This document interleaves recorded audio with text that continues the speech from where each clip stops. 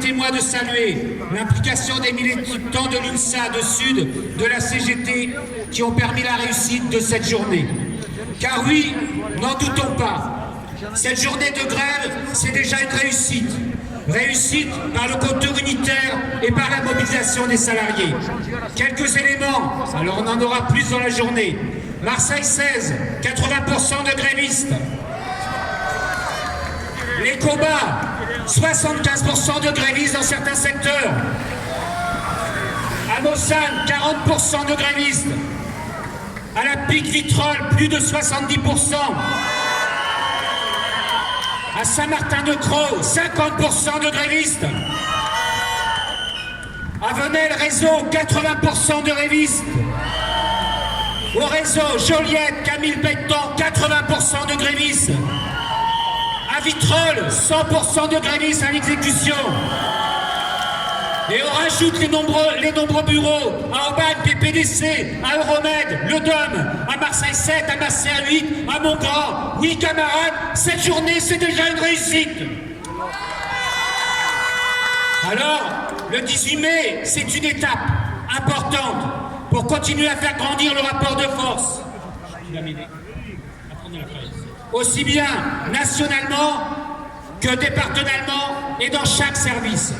18 mai, c'est une journée de grève nationale à la Poste, tous métiers confondus, à l'appel de la CGT de Sud et relayé par de nombreux préavis départementaux, avec pour le 13, on les salue, la participation de l'UNSA. Face aux projets multiples de la Poste, qui détruisent les emplois, précarisent les emplois à outrance, détériorent au quotidien les conditions de travail, avec pour exemple les réorganisations incessantes qui ont des conséquences insupportables pour les agents, aussi bien physiquement que mentalement, qui détruisent tous nos métiers et bien sûr le service public postal. La réponse des postiers et postières aujourd'hui, elle est claire. Attendez, je vais nous ne voulons plus de ces politiques de régression sociale. Là, vous l'entendez? Face à la volonté de la Poste de nous diviser, notamment à travers ces groupes de travail, ces ECT, maintenant ces UAP, pour mieux faire passer ces projets néfastes, une seule réponse, l'unité de tous les travailleurs. La direction de la Poste nous parle sans arrêt de dialogue social. Mais qu'est-il pour les dirigeants de la Poste? Un exemple. Un accord peut s'appliquer s'il est signé par des OS qui représentent 30% des voix du personnel. Quelle honte! Et il ose nous parler de dialogue social. Parlons du dialogue social dans les instances aujourd'hui. La Poste n'accepte de discuter que de ses projets. Le reste n'a pas sa place. En clair, notre rôle devrait se borner à accompagner les projets de la boîte. Ils voudraient nous entraîner dans la co-destruction. Notre réponse aujourd'hui à l'éclair, c'est clairement non. Heureusement, des salariés se mobilisent contre cet état de fait. Je salue pour cela les personnels du bureau de poste de Vitrolles qui se mobilisent pour obliger la Poste à revoir sa copie. Salut fraternel, camarades. Je salue aussi le formidable travail effectué par les mandatés SHSCT, Sud et CGT du réseau, qui luttent avec acharnement et ténacité pour combattre les projets de réorganisation au réseau. En 2021, camarades, la Poste a la volonté de supprimer 90 positions de travail. Devant cette situation, les mandatés SHSCT, CGT Sud ont voté une expertise. Et que fait notre chère direction? Elle n'accepte évidemment pas et va contester cette expertise au tribunal. Voilà le vrai visage du dialogue social à la Poste. Et ça, c'est intolérable. Nos camarades sont convoqués au tribunal le 28 mai. Soyons nombreux à les accompagner ce jour-là. Je salue aussi l'ensemble des salariés qui luttent au quotidien pour changer les choses.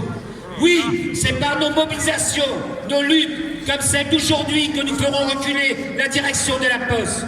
Ce que nous voulons, camarades, nous allons devoir aller le chercher.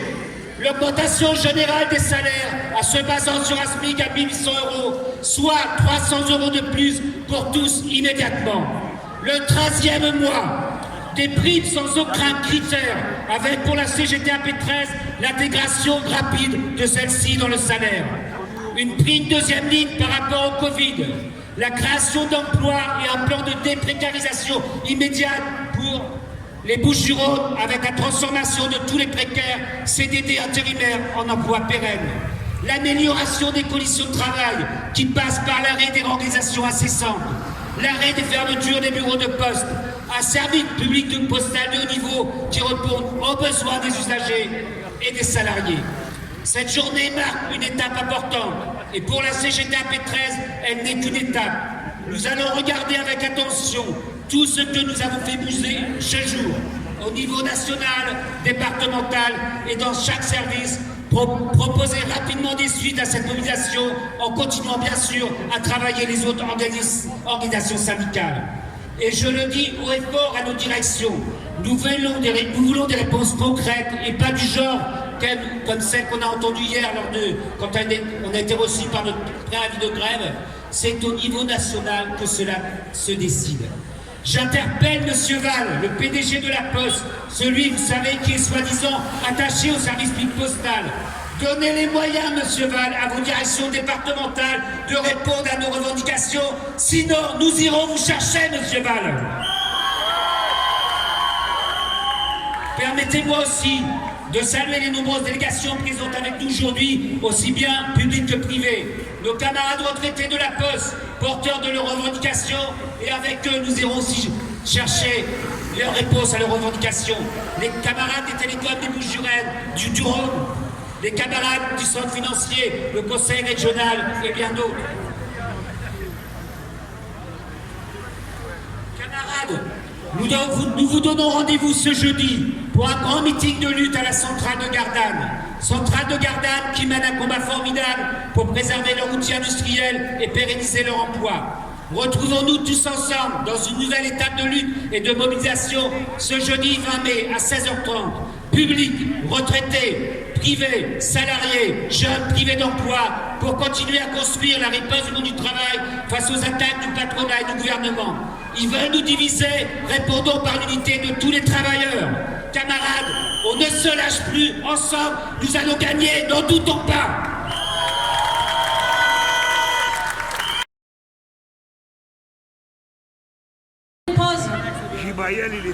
Le nouveau plan stratégique continue dans ce sens-là. Le plan stratégique 2020-2030 est de nouveau et encore mortifère.